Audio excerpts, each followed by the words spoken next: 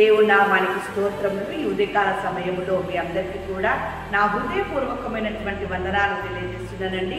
ఈ దినము ప్రభువు ఏర్పాటు చేసిన దినము. ఇది ప్రభువు దినము.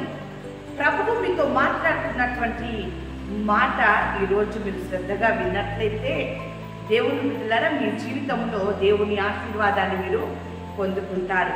చూడండి, దేవుని యొక్క మాట ఈరోజు మీతో మాట్లాడుతూ ఉంది. తిమోతి రాసిన మొదటి పత్రిక 6వ అధ్యాయం 11వ వచనములో వాక్యం ఈ రీతిగా ఉంది.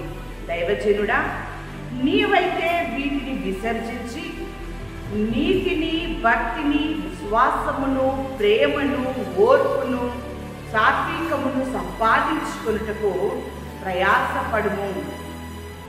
ఈరోజు దేవుని కుమారుడిగా కుమార్తెగా ఉంటున్నటువంటి మీతో దేవుడు మాట్లాడుతున్నటువంటి మాట,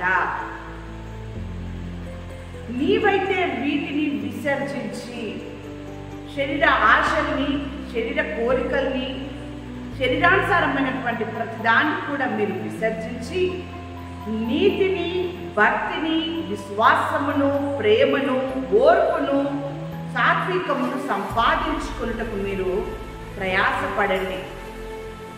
దేని నిమిత్తమై మీరు ప్రయాసపడుతూ ఉన్నారు? దేన్ని సంపాదించుకున్నటకు మీరు ప్రయాసపడుచున్నారు? ఈరోజు దేవుడు మీతో మాట్లాడుతూ ఉన్నాడు. దేవుని బిడ్డలారా, ఎందుకనగా ధనాపేక్ష సమస్తమైన కీడులకు మూలము. కొందరు దానిని ఆశించి విశ్వాసము నుండి తొలగిపోయి నానా బాధలతో తమ్ము తామే పొడుచుకొని ఉన్నారట. విశ్వాసం లేదు వారికి. దేవుడు పోషిస్తాడు, దేవుడు స్వస్థపరుస్తాడు, దేవుడు ఆశీర్వదిస్తాడు, దేవుడు పరిశుద్ధపరుస్తాడు, దేవుడు బాగు చేస్తాడు అనే విశ్వాసము లేకుండా ధనాపేక్ష కలిగినటువంటి వారే ధనమును సంపాదించుకోవడానికి వారు ప్రయాసపడుచు ఉన్నారు. ఈ యొక్క ధనమును సంపాదించుకున్నకు ప్రయాసపడుతున్నటువంటి వారి బ్రతుకులు ఏమని అంటే అది కీడునకు మూలమైంది. దేవుని బిడ్డలారా, వారు సంపాదించుకున్నారు, అంత బాగానే ఉంది. కానీ ఏమైందంటే వారికి విశ్వాసం లేకుండా ఉండడం వలన నానా బాధల్లో వారు పడిపోయి ఉన్నారు, నానా చిక్కుల్లో పడిపోయి ఉన్నారు, తమ్ముడు తామే పొడుచుకునేటటువంటి పరిస్థితుల్లోకి వచ్చి ఉన్నారు. ఇది ప్రభు దినము కదా. నువ్వు దేన్ని సంపాదించుకుంటూ ప్రయాసపడుచున్నావు? నువ్వు శారీరకంగా ఆలోచన చేస్తూ ఉన్నావా? ఆత్మికంగా ఆలోచన చేస్తూ ఉన్నావా? శారీరకంగా ఆలోచన చేసినట్లయితే సమస్త కీడులకు మూలంగా ఉంటూ ఉంది. అది నీకు చాలా బాధలు తీసుకొచ్చి పెడతా ఉంది. ఆత్మికంగా నువ్వు ఆలోచన చేసినట్లయితే నీ నీతిని కాపాడుకుంటావు, భక్తిని కాపాడుకుంటావు, విశ్వాసం కలిగి ఉంటావు. దేవుడి యొద్ద నుండి అద్భుతమైన ఆశ్చర్యమైనటువంటి కార్యాలను, ఆశీర్వాదములు కూడా నీవు పొందుకుంటావు.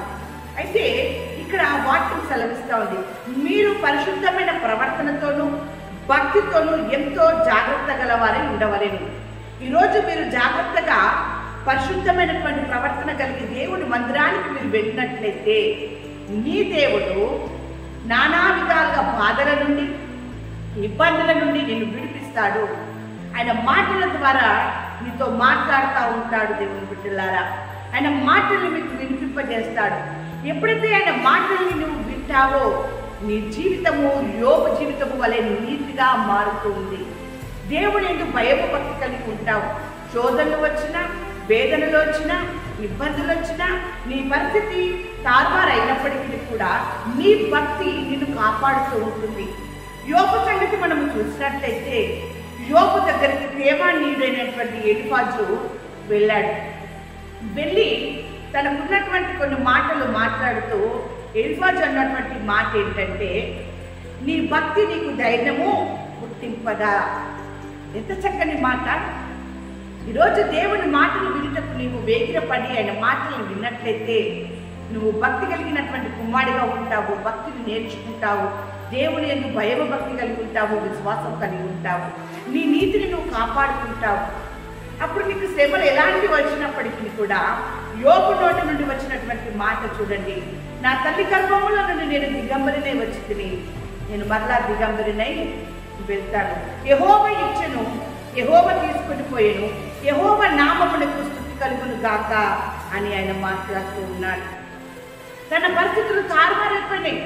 తను ఊహించలేదు, తను ఇలా జరుగుతుందని ఆలోచన చేయలేదు. కానీ అనుకోకుండా నలుదిక్కుల నుండి కూడా ఆయనకి శ్రమ వచ్చింది.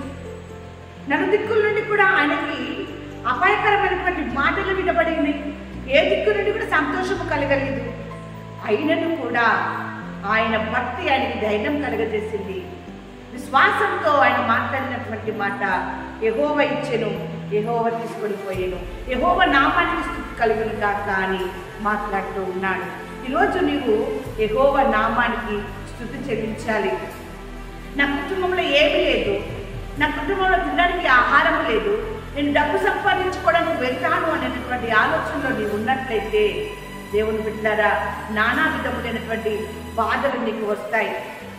ఏది లేకపోయినా సరే నా దేవుని సన్నిధానానికి నేను వెళ్తాను, నా దేవుని నేను స్తుతిస్తాను అని చెప్పి నువ్వు అన్నట్లయితే యోబుడు దేవుడు ఏ రీతిగా ఆశీర్వదించి ఉన్నాడో ఆ రీతిగా నిన్ను నీ కుటుంబాన్ని దేవుడు ఆశీర్వదించబోతూ ఉన్నాడు.